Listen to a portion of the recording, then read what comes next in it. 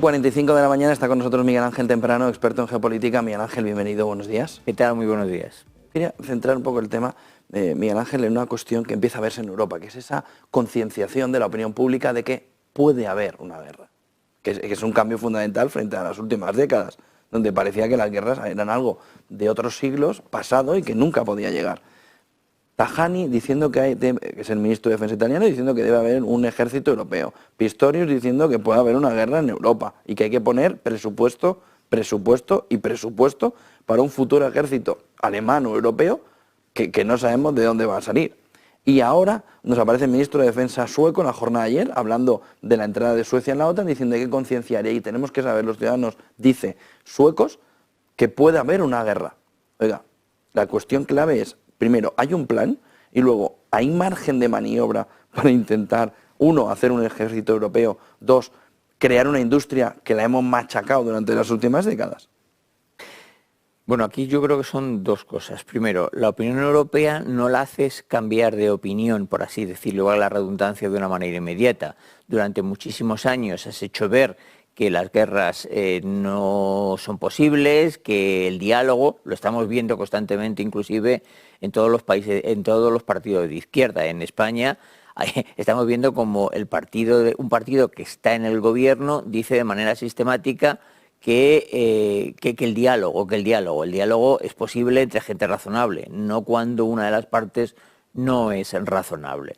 Entonces, cambiar la opinión europea yo lo veo muy complicado porque ya tenemos generaciones a las cuales le hemos inculcado una idea y no nos olvidemos, la gente no está en el día a día, ve que hay una guerra y lo que piensa es que hay gente que dice que se soluciona con diálogo, cosa que no es verdad, pero bueno, lo dicen y como lo dicen parece ser que esa es la solución.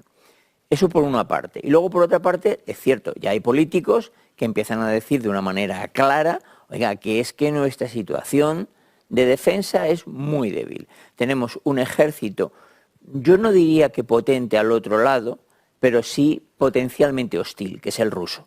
Y lo ha demostrado, diga lo que diga Putin, atacando a Ucrania.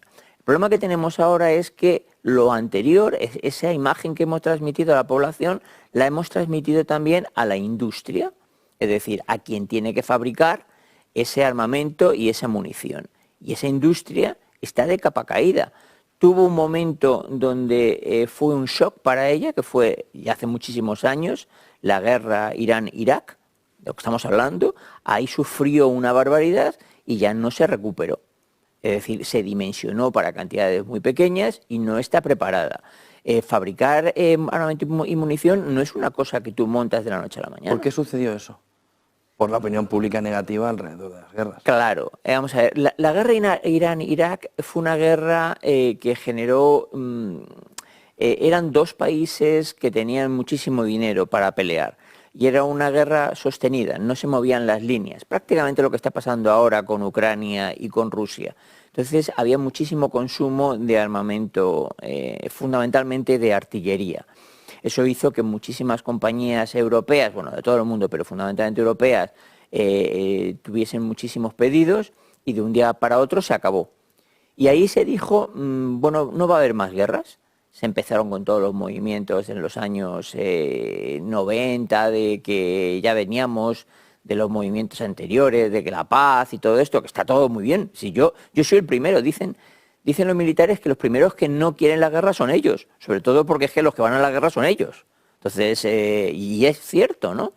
Pero si no eres capaz de mostrar que tu defensa es una cosa potente y que por lo tanto es mejor que no te ataquen, pues te atacan, desgraciadamente, porque locos hay, nos guste o no disguste, repartidos uniformemente por todo el mundo. Pero ¿tiene sentido lo que están planteando de que pueda Europa? Bueno, tiene sentido, si tienen que hacerlo van a tener que hacer, pero ¿en qué tiempo se puede montar un ejército europeo? ¿En qué tiempo se puede de verdad armar Europa para estar a un nivel suficiente como para disuadir a otros países a que puedan, por lo que están diciendo los ministros de defensa? Pues están diciendo un 2% para la OTAN. ¿La OTAN puede hacer ese trabajo? No, vamos a ver, el problema es que la OTAN al fin y al cabo no es más que un conglomerado de países que realmente están liderados por los americanos, lo cual no significa, como la gente piense, que seguimos todos a los americanos, sino que los americanos son los que realmente ponen más dinero, punto.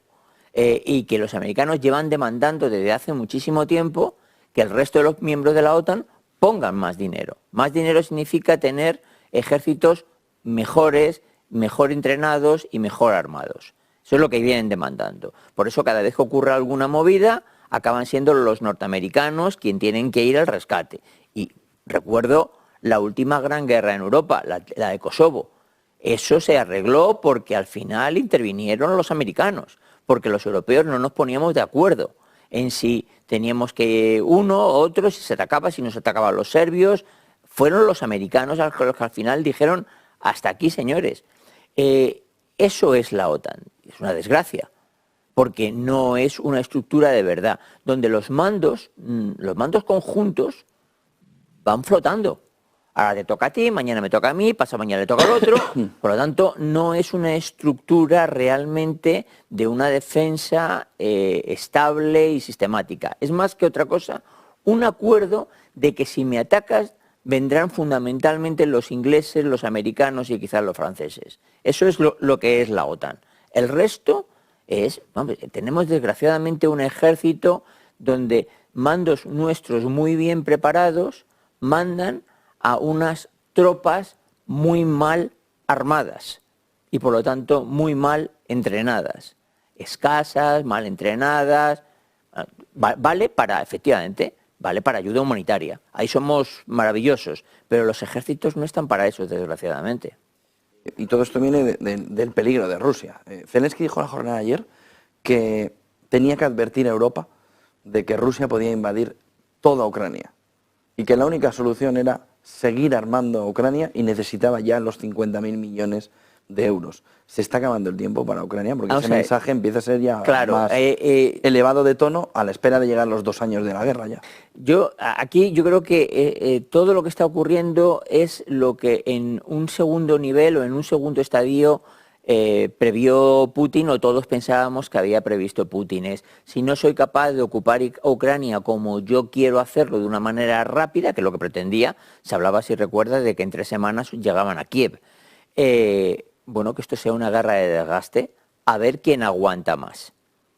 Y lo que está demostrado es que tenía razón, van a aguantar más ellos, porque los países occidentales se van a cansar o van a dejar de poder de seguir ayudando a los ucranianos. El Estado ucraniano ahora mismo es un Estado fallido, vive del subsidio para mantener la guerra, no son capaces. Claro, pero Miguel Ángel, si Alemania tiene a los agricultores, con los camioneros, con los ganaderos el lunes, haciéndole otra manifestación más, además de la del lunes, porque les ha quitado 17.000 millones. Ha tenido que recortar más de 40.000 millones. Pero si Alemania no tiene dinero.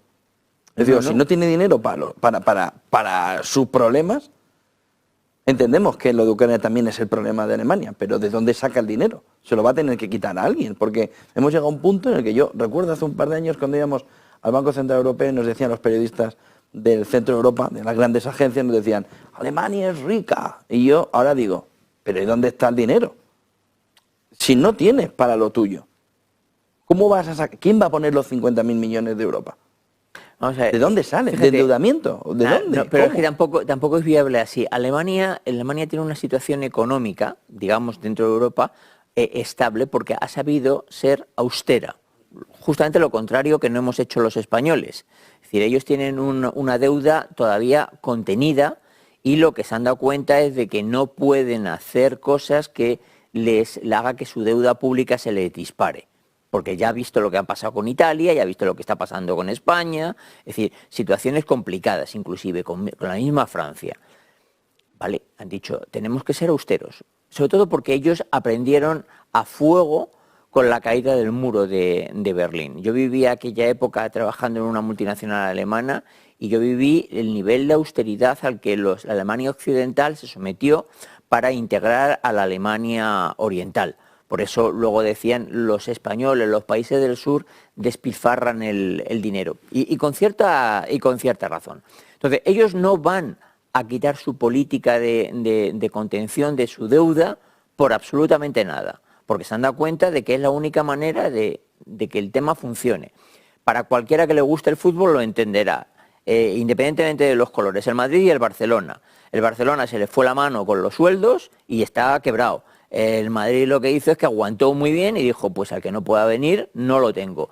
Y es un club estable. Bueno, pues podemos compararlo igual. Alemania es como el Madrid y el Barcelona somos como los países del sur, fundamentalmente España, Italia y Grecia, que tenemos desbocado todo. El problema es que seguimos. ¿Estos países somos capaces de apoyar un sistema con un presupuesto militar elevado? No, no podemos. Independientemente de que tengamos partidos de izquierda que se opongan de una manera u otra o que digan cosas que no se pueden llevar a cabo. Y Alemania no quiere, porque quiere mantener su situación económica estable. Pero entonces vuelvo al inicio. ¿Quién pone los 50.000 millones? Nadie. ¿Entonces? ¿Qué es lo que va a ocurrir? Nadie los va a poner. Entonces, ahora viene la siguiente película. Ucrania no va a ser capaz de mantener la guerra. Yo creo que lo que le están intentando enviar en público, en privado seguro que se lo están diciendo de otra manera a Zelensky, tienes que cerrar algún tipo de acuerdo con los rusos. Ese acuerdo probablemente te va a llevar a que tú cedas el Donbass, a que cedas también todos los terrenos colonizados, por supuesto Crimea. Y si te quedas con Odessa, da gracias a Dios porque tienes una salida al mar. Pero no vas a recuperar lo que tenías y la mejor manera es que intentes llegar a un acuerdo lo más rápidamente posible con ellos. Un armisticio, un tratado de paz, no sé, me da exactamente igual, pero que esto pare. Es decir, día antes del foro de Davos, que va a ir Zelensky a ver a BlackRock y a todos los gobernantes de BlackRock, por decir uno, pero va a ver a todos, el dinero incautado a Rusia como dinero para la reconstrucción, que es el dinero que sí no se tiene, pero se tiene. Sí, vale, pero no hay una alternativa. Claro, no hay más. Claro. Si es que tú no puedes mantener sostenida esta guerra mucho más. Primero, tienes en Estados Unidos, este año son elecciones, pero el problema es que no es que haya elecciones a presidente, es que se renueva todo el Congreso y un tercio del Senado. Es decir, bueno, en Estados Unidos se renueva de todo, además, en estas elecciones. Las elecciones presidenciales coinciden con una gran renovación de cargos públicos. Cuidado, porque te puedes encontrar con que muchas de las cosas que tú quieras hacer no te las apruebe el Congreso o inclusive el Senado. En Europa la situación, tenemos elecciones dentro de nada también en Inglaterra, donde el partido que está gobernando, el partido Tory, lo tiene no complicado, lo tiene prácticamente imposible. Y Cramer, bueno, pues opina de otro tipo de cosas, el líder del Partido Laborista. En Francia, bueno, yo lo que he visto con Macron me ha parecido alucinante. Intenta contrarrestar la llegada de Le Pen y la ultraderecha al poder poniendo a un chaval de 30 y pocos años. O sea, va a ser complicado que este aguante, ¿no? En España, ¿para qué hablar? Vimos un espectáculo ayer de lo más penoso. ¿Alguien piensa que va a haber un ambiente político para que se incrementen los presupuestos de ayuda cuando nuestra economía no tira? ¿Ayuda a Ucrania vía lo que sea? No. La única alternativa son los fondos, pero esos fondos no están destinados a más guerra, están destinados a la reconstrucción de Ucrania, que repito, es un país fallido ahora mismo. Y que es el granero de Europa, es decir, que hasta cierto punto nos interesa, bueno, hasta cierto punto no, con seguridad nos interesa a los europeos que se reconstruya, porque si no se reconstruye tenemos un problema interno también los europeos, fundamentalmente para el grano. Miguel Ángel Temprano, experto en geopolítica, gracias por acompañarnos y ponernos luz en este inicio de año que viene con mucha duda. Buen día, buen año, buen negocio. Gracias, igualmente. 8:59 de la mañana, Eva Villanueva, hoy parece que con menos